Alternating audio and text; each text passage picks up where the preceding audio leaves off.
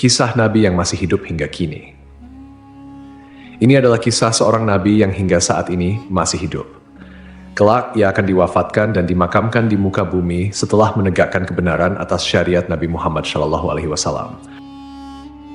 Allah Subhanahu wa Ta'ala berfirman, "Sesungguhnya Allah telah memilih Adam, Nuh, keluarga Ibrahim, dan keluarga Imran melebihi segala umat pada masa masing-masing sebagai satu keturunan, sebagiannya adalah keturunan dari sebagian yang lain. Allah Maha Mendengar, Maha Mengetahui." Allah Subhanahu wa Ta'ala telah memilih Nabi Adam alaihissalam sebagai bapak seluruh manusia, Nabi Nuh alaihissalam sebagai rasul pertama, dan keluarga Ibrahim yang di dalamnya termasuk Nabi Muhammad SAW. Di antara keluarga yang dimuliakan Allah Subhanahu wa Ta'ala disebut pula keluarga Imran. Imran adalah ayah Maryam, seorang wanita suci yang melahirkan Nabi Isa alaihissalam. Maryam berasal dari keluarga terhormat di kalangan Bani Israel hingga namanya diabadikan dalam Al-Quran pada surah Ali Imran, yang berarti keluarga Imran. Keistimewaan keluarga ini terletak pada ketaatan mereka kepada Allah Subhanahu wa Ta'ala. Maryam binti Imran bin Matsam adalah keturunan Nabi Daud alaihissalam. Ayahnya Imran adalah seorang yang rajin menjalankan ibadah syalat di kalangan Bani Israel, sedangkan ibunya Hannah binti Fakud bin Kabil adalah wanita ahli ibadah. Hannah awalnya mandul, tetapi suatu hari ia melihat seekor burung memberi makan anaknya. Ia pun tergerak untuk memohon keturunan kepada Allah Subhanahu wa Ta'ala. Ia bernazar bahwa jika dikaruniai anak, ia akan mengabdikan anaknya kepada Allah Subhanahu wa Ta'ala di Baitul Maqdis. Allah Subhanahu wa Ta'ala mengabulkan doanya dan memberinya seorang anak perempuan yang diberi nama Maryam. Setelah melahirkan, Hannah memohon perlindungan kepada Allah Subhanahu wa Ta'ala untuk Maryam dan keturunannya dari gangguan setan. Permohonannya dikabulkan. Nabi Muhammad SAW bersabda, "Setiap bayi yang lahir dari anak Adam disentuh oleh setan, kecuali Maryam binti Imran dan anaknya Isa alaihissalam." Setelah Maryam lahir, ibunya menyelimutinya dengan kain dan membawanya ke masjid untuk diserahkan kepada para ahli ibadah. Mereka berebutan untuk mengasuh Maryam, tetapi akhirnya undian dibuat. Nabi Zakaria alaihissalam, yang merupakan suami dari saudari Maryam, memenangkan undian tersebut. Ia pun mengasuh Maryam dengan penuh kasih sayang. Zakaria alaihissalam menempatkan Maryam di sebuah tempat khusus di masjid. Di sana, Maryam beribadah siang dan malam hingga ia dikenal sebagai wanita ahli ibadah di kalangan Bani Israel. Allah Subhanahu wa Ta'ala memberinya karunia berupa rezeki yang tidak biasa. Setiap kali Nabi Zakaria alaihissalam mengunjungi tempat ibadah Maryam, ia mendapati buah-buahan yang tidak sesuai musimnya. Ketika ditanya dari mana asalnya, Maryam menjawab, "Itu dari Allah. Sesungguhnya Allah memberi rezeki kepada siapa yang Dia kehendaki tanpa perhitungan." Allah Subhanahu wa Ta'ala memilih Maryam sebagai wanita terbaik di zamannya. Para malaikat menyampaikan kabar gembira bahwa Allah Subhanahu wa Ta'ala akan menciptakan seorang anak darinya tanpa ayah, yakni Nabi Isa alaihissalam sebagai tanda kekuasaannya. Allah memilih Maryam untuk menciptakan seorang anak darinya tanpa ayah. Para malaikat menyampaikan kabar gembira kepadanya bahwa anaknya kelak akan menjadi seorang nabi mulia. Dan dia berbicara dengan manusia sewaktu dalam buayan, yaitu saat masih kecil, menyeru orang-orang untuk beribadah kepada Allah semata yang tiada memiliki sekutu. Sebagai wujud rasa syukur atas nikmat yang diberikan. Disebutkan bahwa Maryam terus syalat hingga kakinya pecah-pecah. Semoga Allah meridhainya, merahmatinya, serta merahmati ibu dan ayahnya. Di masjid tersebut, tidak ada seorang pun yang diizinkan masuk selain Nabi Zakaria. Maryam hanya keluar dari masjid saat haid atau karena keperluan mendesak seperti minum, makan, dan lainnya. Suatu hari, saat ia keluar masjid untuk suatu keperluan, ketika dia mengasingkan diri, yaitu menyendiri di sebelah timur Masjidil Aqsa, tanpa diduga Allah mengutus Ruhul Amin Jibril kepadanya. Maka dia menampakkan diri di hadapannya dalam bentuk manusia yang sempurna. Saat melihatnya, Maryam kata, "Sungguh, aku berlindung kepada Rabb yang Maha Pengasih terhadapmu jika engkau orang yang bertakwa." Maryam tahu bahwa orang yang bertakwa bisa menjaga diri. Jibril berkata, "Sesungguhnya, aku hanyalah utusan Rabb-mu. Aku bukanlah manusia. Aku ini seorang malaikat yang diutus Allah kepadamu untuk menyampaikan anugerah kepadamu seorang anak laki-laki yang suci. Dia berkata, bagaimana mungkin aku mempunyai anak laki-laki, padahal aku tidak punya suami dan aku bukan pula pezina. Malaikat berkata kepadanya, hal tersebut mudah baginya, karena dia kuasa atas segala sesuatu. Maka kami tiupkan ke dalam rahimnya sebagian dari ruh ciptaan kami. At-Tahrim ayat 12. Ketika Maryam mengandung, dia mengasingkan diri dengan kandungannya itu ke tempat yang jauh, karena saat hamil, Maryam sangat sedih. Dia tahu banyak orang yang akan membicarakannya. Berita kehamilan Maryam menyebar di kalangan Bani Israel, hingga belum pernah ada omongan yang menimpa suatu keluarga pun melebihi omongan terhadap keluarga Zakaria. Ketika akan melahirkan, Maryam bersandar di pangkal pohon kurma lalu berkata, aduhai, alangkah baiknya aku mati sebelum ini, dan aku menjadi sesuatu yang tidak berarti, lagi dilupakan. Jibril menyeru Maryam, janganlah engkau bersedih hati. Sesungguhnya Rabbmu telah menjadikan mengalir air anis di bawahmu. Dan goyanglah pangkal pohon kurma itu ke arahmu. Niscaya pohon itu akan menggugurkan buah kurma yang masak kepadamu. Maka makan, minum, dan bersenang hatilah engkau. Jika engkau melihat seorang manusia, maka katakanlah, sesungguhnya aku telah bernazar untuk menahan diri, tidak bicara bagi Rabb yang Maha Pemurah. Maka aku tidak akan berbicara dengan seorang manusia pun pada hari ini. Kemudian Maryam membawa bayi itu kepada kaumnya dengan menggendongnya. Saat kaumnya melihat Maryam menggendong bayi, mereka berkata, wahai Maryam, sungguh engkau telah membawa sesuatu yang sangat mungkar. Ayahmu bukan seorang yang buruk perangai, dan ibumu bukan seorang perempuan pezina. Mereka menuduh Maryam berbuat nista dengan Nabi Zakaria. Lalu mereka bermaksud melenyapkannya. Kala situasi kian genting, tak lagi ada kesempatan, tidak mampu mengucapkan dengan kata-kata, dan tawakal kepada zat pemilik keagungan kian besar. Saat itu tidak ada lagi yang tersisa selain ikhlas dan berserah diri. Maka Maryam menunjuk kepada anaknya dan berkata, berbicaralah dengannya karena dia yang akan memberi kalian jawaban. Mereka pun menjawab, bagaimana mungkin kami diminta untuk berbicara dengan anak kecil yang sama sekali belum memahami tutur kata. Selain itu, anak ini masih menyusu dalam buayan dan tidak bisa membedakan mana susu dan mana keju. Sikapmu ini hanya omong kosong yang tak berdasar, mengolok-olok dan menghina kami, karena kau tidak memberikan jawaban yang jelas, mengalihkan perhatian kepada anak kecil yang masih berada dalam buayan. Saat itu, Isa bayi berkata, sesungguhnya aku hamba Allah. Dia memberiku kitab, Injil, dan menjadikanku seorang nabi. Dia menjadikan aku seorang yang diberkahi di mana saja aku berada.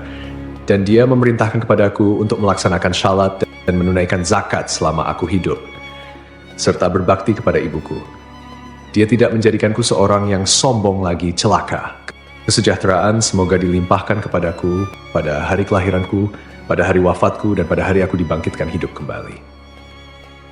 Ini adalah kata-kata pertama yang diucapkan Isa putra Maryam. Kata-kata pertama yang ia ucapkan adalah pengakuan ubudiyah kepada Rabb-nya, dan bahwa Allah adalah Rabb-nya. Maka kata-kata Isa ini menyucikan Allah dari perkataan orang-orang zalim yang menyatakan bahwa ia adalah anak Allah. Isa juga membebaskan ibunya dari segala tuduhan zina yang disampaikan oleh orang-orang bodoh terkait kelahirannya. Allah berfirman, itulah Isa putra Maryam yang mengatakan perkataan yang benar yang mereka ragukan. Tidak patut bagi Allah mempunyai anak, maha suci dia. Apabila dia hendak menetapkan sesuatu, maka dia hanya berkata kepadanya, jadilah. Maka jadilah sesuatu itu. Setelah mukjizat yang Allah berikan kepada Nabi Isa alaihissalam, sebagian Bani Israel ada yang beriman, dan sebagian lainnya tetap tidak mau beriman. Nabi Isa lahir di Baitul Lahm, Bethlehem, di dekat Baitul Maqdis, sebuah kota yang terletak sekitar 9,5 km di selatan Yerusalem. Wahab bin Munabbih menyebutkan bahwa kala itu berhala-berhala runtuh di belahan timur dan barat bumi. Para setan pun kebingungan karena kondisi tersebut. Hingga akhirnya Raja Iblis mengetahui berita tentang Isa. Mereka mendapati Isa berada dalam buayan ibunya, sementara para malaikat menatapnya dengan tajam. Saat itu muncul sebuah bintang besar di langit yang membuat Raja Persia merasa khawatir. Ia bertanya kepada para dukun tentang munculnya bintang tersebut. Para dukun berkata, bintang ini pertanda lahirnya seorang bayi agung di bumi. Raja Persia kemudian mengirim utusan dengan membawa emas, sayuran, dan susu untuk dihadiahkan kepada Isa. Saat tiba di Syam, mereka ditanya oleh raja setempat tentang maksud kedatangan mereka. Mereka mengutarakan kejadian sebenarnya. Raja Syam kemudian menanyakan hal itu dan ternyata Isa putra Maryam telah dilahirkan di Baitul Maqdis. Beritanya menyebar luas karena sang bayi bisa berbicara saat masih berada dalam buayan. Raja Syam kemudian mengirim seseorang untuk menunjukkan tempat Isa agar mereka bisa membunuhnya setelah para utusan Raja Syam pulang. Ketika mereka sampai ke tempat Maryam dan menyerahkan sejumlah hadiah, mereka pulang. Lalu ada yang berkata kepada Maryam, para utusan Raja Syam hanya datang untuk membunuh anakmu. Maryam kemudian menggendong bayi Isa dan membawanya pergi ke Mesir. Di sana ia menetap hingga Isa mencapai usia 12 tahun. Allah Subhanahu wa Ta'ala mengajarkan Nabi Isa alaihissalam kitab Taurat dan Injil sebagaimana Allah mengajarkan kitab suci kepada nabi-nabi yang lain. Nabi Isa diutus oleh Allah dengan membawa misi yang sangat penting, yaitu mengajak Bani Israel untuk hanya beribadah kepada Allah semata. Ini adalah inti dari dakwah tauhid yang beliau bawa. Allah juga menunjukkan kepada Bani Israel berbagai mukjizat dan bukti nyata bahwa ajaran tauhid yang dibawa oleh Nabi Isa alaihissalam adalah ajaran yang benar. Sejumlah karamah dan mukjizat tampak pada beliau bahkan saat masih kecil. Di antaranya, suatu ketika seorang dahkan, tuan rumah tempat Isa dan ibunya singgah, kehilangan sejumlah uang di rumahnya. Rumah itu hanya ditempati oleh orang-orang fakir, lemah, dan mereka yang membutuhkan bantuan. Dahkan tidak tahu siapa pencurinya. Kejadian itu terasa berat bagi Maryam, juga bagi yang lain, termasuk sang tuan rumah.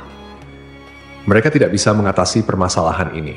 Saat Isa mengetahui hal itu, ia menghampiri dua orang, salah satunya buta dan yang lain lumpuh. Isa berkata kepada si buta, berdirilah dan bawalah kursi ini. Si buta menjawab, aku tidak bisa melakukan itu. Isa berkata, seperti yang kalian berdua lakukan saat mengambil uang dari peti yang ada di dalam rumah itu. Setelah Isa mengatakannya, keduanya mengaku telah mencuri uang tersebut, lalu uang itu mereka kembalikan.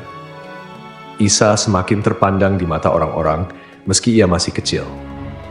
Ingatlah, ketika Allah berfirman, wahai Isa putra Maryam, ingatlah nikmatku kepadamu dan kepada ibumu sewaktu aku menguatkanmu dengan Ruhul Kudus. Engkau dapat berbicara dengan manusia pada waktu masih dalam buayan dan setelah dewasa. Ingatlah, ketika aku mengajarkan menulis kepadamu juga hikmah, Taurat, dan Injil. Ingatlah, ketika engkau membentuk dari tanah suatu seperti bentuk burung dengan seizinku, kemudian engkau meniupnya, lalu menjadi seekor burung yana dengan seizinku. Ketika engkau menyembuhkan orang yang buta sejak lahir dan orang yang berpenyakit kusta dengan seizinku. Ketika engkau mengeluarkan orang mati dari kubur menjadi hidup dengan seizinku. Ingatlah, ketika aku menghalangi Bani Israel dari keinginan mereka membunuhmu, pada waktu engkau mengemukakan kepada mereka keterangan-keterangan yang nyata, lalu orang-orang kafir di antara mereka berkata, ini tidak lain hanyalah sihir yang nyata. Pada zaman Nabi Isa, manusia sangat tertarik dengan ilmu pengobatan. Maka Allah memberikan mukjizat kepada Nabi Isa terkait hal itu. Beliau bisa menyembuhkan orang yang buta sejak lahir dengan izin Allah, menyembuhkan orang yang berpenyakit kusta, bahkan menghidupkan orang yang telah mati. Nabi Isa juga bisa membuat burung dari tanah liat dan menghidupkannya atas izin Allah. Semua mukjizat itu ditujukan agar Bani Israel menyembah dan hanya beribadah kepada Allah Subhanahu wa Ta'ala semata. Allah juga memberi ilham kepada para pengikut setia Nabi Isa alaihissalam yang dikenal sebagai Al-Hawariyun. Mereka berkata, kami beriman kepada Allah dan Rasul-Nya, dan kami bersaksi bahwa kami adalah orang-orang yang patuh kepada ajaran-Mu. Namun suatu hari para pengikut itu meminta sesuatu yang luar biasa. Mereka berkata, wahai Isa putra Maryam, bersediakah Tuhanmu menurunkan hidangan dari langit kepada kami? Nabi Isa mengingatkan agar mereka bertakwa kepada Allah dan tidak meminta sesuatu yang berlebihan. Namun, mereka menjelaskan bahwa mereka ingin memakan hidangan itu agar hati mereka tenang dan yakin bahwa apa yang Nabi Isa sampaikan adalah benar. Maka Nabi Isa AS pun berdoa dengan penuh harap Ya Allah, turunkanlah kepada kami hidangan dari langit, dan jadikanlah hari turunnya sebagai hari raya bagi kami, bagi generasi sebelum kami dan setelah kami, serta sebagai tanda kebesaran-Mu. Berilah kami rezeki ya Allah, karena Engkaulah sebaik-baiknya pemberi rezeki. Allah pun mengabulkan doa itu dengan berfirman, "Sungguh aku akan menurunkan hidangan itu kepadamu. Tetapi barang siapa kafir di antaramu setelah turunnya hidangan itu, maka sungguh aku akan mengazabnya dengan azab yang tidak pernah aku timpakan kepada seorang pun di antara umat manusia." Kebencian Bani Israel kepada Nabi Isa sangat besar karena mereka tidak mau mengakui bahwa beliau adalah utusan Allah Subhanahu wa Ta'ala yang dijanjikan untuk Bani Israel. Mereka bahkan merencanakan untuk melenyapkannya. Mereka menghasut kerajaan Romawi dan merencanakan penangkapan Nabi Isa alaihissalam. Ketika mereka sedang merencanakan kejahatan, Allah juga merencanakan untuk melindungi dan menyelamatkan Nabi Isa alaihissalam. Allah Azza wa Jalla mewahyukan kepada Isa putra Maryam, "Wahai Isa, kuatkanlah dirimu dalam menyampaikan urusanku agama, dan janganlah lemah. Dengar dan taatlah, wahai putra wanita suci lagi perawan. Engkau lahir tanpa ayah. Aku menciptakanmu sebagai tanda kebesaran bagi seluruh alam. Hanya kepada-Kulah engkau harus beribadah dan berserah diri. Ambillah kitab ini dengan sungguh-sungguh, jelaskanlah kepada orang-orang yang berbahasa Suryani, dan sampaikan kepada mereka bahwa Akulah yang maha benar, maha hidup, maha mengurus segala sesuatu, dan aku tidak akan lenyap. Percayalah kepada seorang nabi buta huruf dari Arab, pemilik unta, surban, baju perang, 2 pasang sandal, tongkat, matanya lebar dan indah, dahinya kuat, kedua pipinya bercahaya, rambutnya ikal, jenggotnya tebal, kedua alisnya menyatu, hidungnya mancung, giginya renggang, lehernya terlihat jelas laksana teko perak, seakan-akan emas mengucur di tenggorokannya.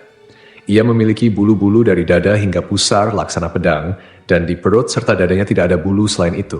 Telapak tangan dan kakinya tebal. Saat menoleh, ia menoleh dengan seluruh tubuhnya. Saat berjalan, ia seperti mereka dari batu dan meluncur di jalan menurun. Keringat di wajahnya seperti mutiara, dan aroma kasturi menyeruak dari tubuhnya. Belum pernah terlihat seorang pun sepertinya, baik sebelum maupun sesudahnya. Postur tubuhnya tinggi dan sempurna, aromanya harum. Ia banyak menikahi wanita, tetapi keturunannya sedikit. Keturunannya hanya berada di sebuah rumah surga yang terbuat dari mutiara cekung, tanpa keletihan ataupun suara gaduh di dalamnya. Wahai Isa, rawatlah dia di akhir zaman sebagaimana Zakaria merawat ibumu. Ia memiliki 2 cucu yang syahid. Di sisiku, ia memiliki kedudukan yang tidak dimiliki seorang manusia pun. Perkataannya adalah Al-Quran, agamanya adalah Islam, dan kesejahteraan datang menghampirinya.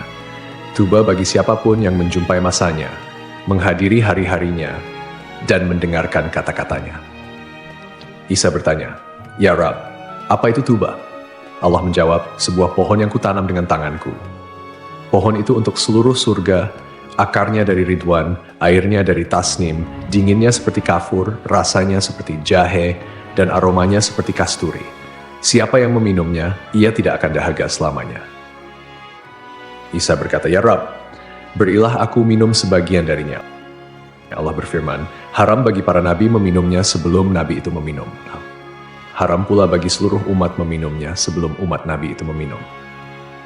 Wahai Isa, aku akan mengangkatmu kepadaku. Isa berkata, "Ya Rab, mengapa engkau mengangkatku?" Allah menjawab, "Aku mengangkatmu, kemudian aku akan menurunkanmu di akhir zaman agar engkau melihat keajaiban-keajaiban umat nabi tersebut dan membantu mereka memerangi Dajjal yang terkutuk. Aku akan menurunkanmu pada waktu syalat, tetapi engkau bukan bertindak sebagai imam, karena mereka adalah umat yang dirahmati dan tidak ada nabi setelah nabi mereka." Nabi Isa berkata, "Ya Rab, beritahukan kepadaku tentang umat yang dirahmati itu." Allah berfirman, "Mereka adalah umat Ahmad. Mereka adalah ulama dan orang-orang bijak seperti para nabi.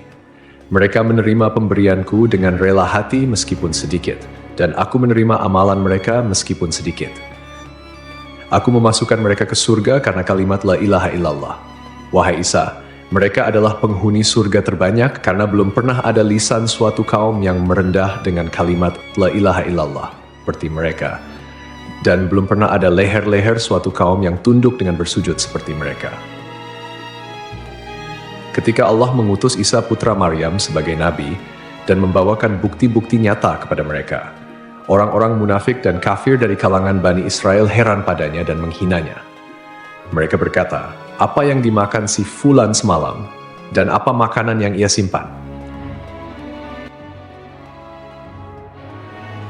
Orang-orang mukmin semakin bertambah imannya, sementara orang-orang kafir dan munafik semakin ragu dan bertambah kekafirannya. Meski demikian, Nabi Isa alaihissalam tidak memiliki tempat tinggal. Beliau hanya berkelana di muka bumi tanpa menetap di suatu tempat tertentu, sehingga tidak ada tempat yang dikenal sebagai kediamannya. Dan Allah adalah sebaik pembalas tipu daya.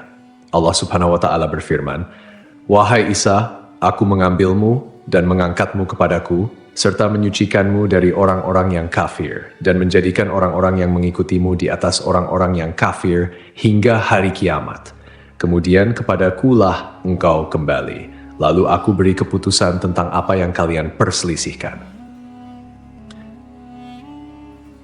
Allah mengabarkan bahwa Dia mengangkat Nabi Isa ke langit setelah mewafatkannya dengan tidur, menurut pendapat yang lebih syahih. Allah menyelamatkannya dari gangguan orang-orang Yahudi yang menghasut raja kafir pada masa itu untuk membunuh dan menyalibnya. Nama raja tersebut adalah Daud bin Naura. Ia memerintahkan untuk membunuh dan menyalib Nabi Isa alaihi salam. Saat Allah berkehendak untuk mengangkat Nabi Isa ke langit, beliau keluar menemui para sahabatnya. Ketika itu di Baitul Maqdis terdapat 12 pengikut setianya. Nabi Isa keluar dari sebuah sumber air dengan rambut yang masih meneteskan air lalu berkata, "Sungguh, di antara kalian nanti ada yang akan ingkar terhadapku sebanyak 12 kali setelah sebelumnya beriman kepadaku." Kemudian beliau berkata, "Siapa yang mau diserupakan denganku lalu dibunuh sebagai penggantiku, maka ia akan meraih derajat yang sama sepertiku."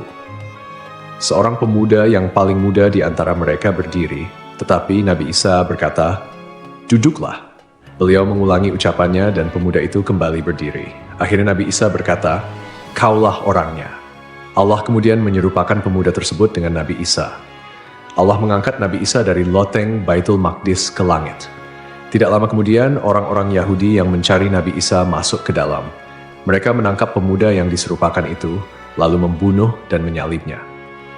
Setelah kejadian itu, para pengikut Nabi Isa terpecah di 3 kelompok. 1. Kelompok Yakubiyah yang berkata, "Allah ada bersama kami selama yang Dia kehendaki, lalu Dia naik ke langit." 2. Kelompok Nasturiyah yang berkata, "Putra Allah bersama kami selama yang Dia kehendaki, lalu Dia mengangkatnya ke langit." 3. Kelompok Islam yang berkata, "Hamba Allah dan Rasul-Nya bersama kami selama yang Dia kehendaki, lalu Allah mengangkatnya kepadanya." Allah Subhanahu wa Ta'ala berfirman, "Tidak ada seorang pun dari ahli kitab kecuali akan beriman kepadanya Isa sebelum kematiannya." Ayat ini mengacu pada masa ketika Nabi Isa alaihissalam akan turun kembali ke bumi pada akhir zaman sebelum hari kiamat. Pada saat itu, beliau akan membunuh Dajjal, menghancurkan salib, membunuh seluruh babi, membatalkan pajak, tidak menerima agama apapun selain Islam. Nabi Isa akan memerintah dengan keadilan, dan seluruh umat manusia akan berserah diri kepada Allah Subhanahu wa Ta'ala. Ahlus Sunnah mengimani bahwa turunnya Nabi Isa alaihissalam merupakan salah satu tanda besar dari dekatnya hari kiamat. Sifat-sifat beliau yang disebutkan dalam berbagai riwayat adalah sebagai berikut.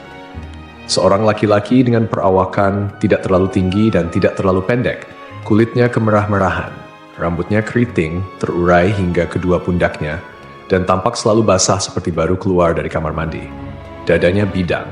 Setelah keluarnya Dajjal dan terjadinya kerusakan besar di muka bumi, Allah akan mengutus Nabi Isa alaihissalam untuk turun ke bumi. Beliau akan memimpin dengan keadilan, menghapuskan segala bentuk kezaliman, dan membinasakan Dajjal. Nabi Isa akan tinggal di bumi selama 40 tahun sebelum akhirnya wafat. Beliau akan dimakamkan di bumi sesuai dengan kehendak Allah Subhanahu wa Ta'ala.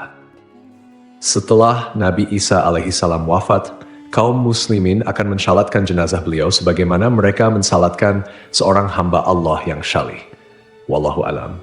Sungguh sangatlah mudah bagi Allah Subhanahu wa Ta'ala untuk menciptakan Nabi Adam alaihissalam tanpa ayah dan ibu, apalagi menciptakan Nabi Isa alaihissalam yang hanya tanpa ayah. Ketika Allah menghendaki sesuatu, Dia hanya berkata, "Kun, jadilah." maka terjadilah apapun yang Dia kehendaki. Oleh karena itu, tetaplah berharap dan bersandar hanya kepada Allah Subhanahu wa Ta'ala semata. Semoga kita dapat mengambil hikmah dari kisah ini dan semakin meningkatkan keimanan kita kepadanya. Wassalamualaikum warahmatullahi wabarakatuh.